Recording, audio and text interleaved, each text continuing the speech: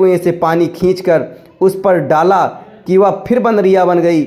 वह पेड़ पर चढ़ी और यति गुफा में चला गया। राजा को यह देखकर बड़ा अचंभा हुआ। यति के जाने पर उसने भी ऐसा ही किया। पानी पड़ते ही बंदरिया सुंदर स्त्री बन गई। राजा ने जब प्रेम से उसकी ओर देखा तो वह बोली, हमारी तरफ ऐसे मत देखो, हम तपस्वी हैं, साथ दे देंगे और तुम भस्म हो जाओगे। राजा बोला, मेरा नाम विक्रमादित्य है, मेरा कोई कुछ नहीं बिगाड़ सकता। राजा का नाम सुनते ही वह उनके चरणों में गिर पड़ी।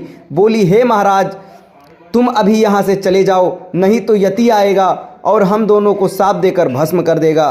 राजा ने पूछा, तुम कौन हो और इस यति के हाथ कैसे पड़ी? वह बोली, मेरे पिता कामदेव और माँ पुष्पावती हैं। जब मैं बाहर 12 बरस की हुई तो मेरे माँ बाप ने मुझे एक काम करने को कहा, मैंने उसे नहीं किया। इस पर उन्होंने गुस्सा होकर मुझे इस यति को दे डाला। वह मुझे यहाँ ले आया और बंदरिया बनाकर रखा है।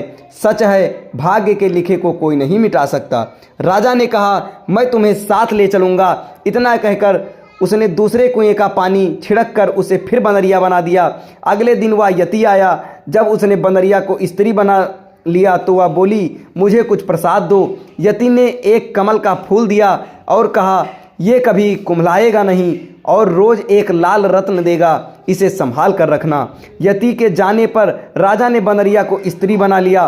फिर अपने वीर बेतालों को बुलाया। वे आए और तख्त पर बिठाकर उन दोनों को ले चले। रास्ते में यति का दिया लाल रत्न उगलने वाला फूल राजा ने एक सुंदर खेलते हुए बालक को दे दिया। बालक फूल लेकर घर चला गया। राजा स्त्री को साथ लेकर अपने महल में आ गए। अगले दिन कमल में एक लाल रत्न निकला। इस तरह हर दिन निकलते निकलते बहुत से लाल रत्न इकट्ठे हो गए। एक दिन उस बालक का पिता उन्हें बाजार में बेचने गया।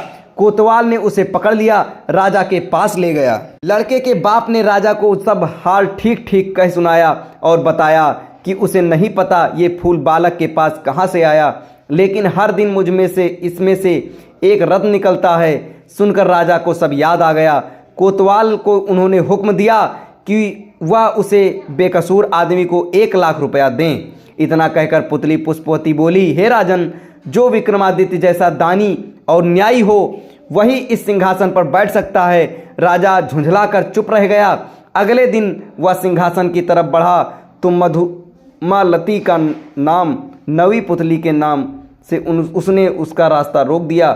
अब मधुमालती की कहानी आपको अगले वीडियो में बताई जाएगी। तब तक हमारे साथ बने रहें। धन्यवाद।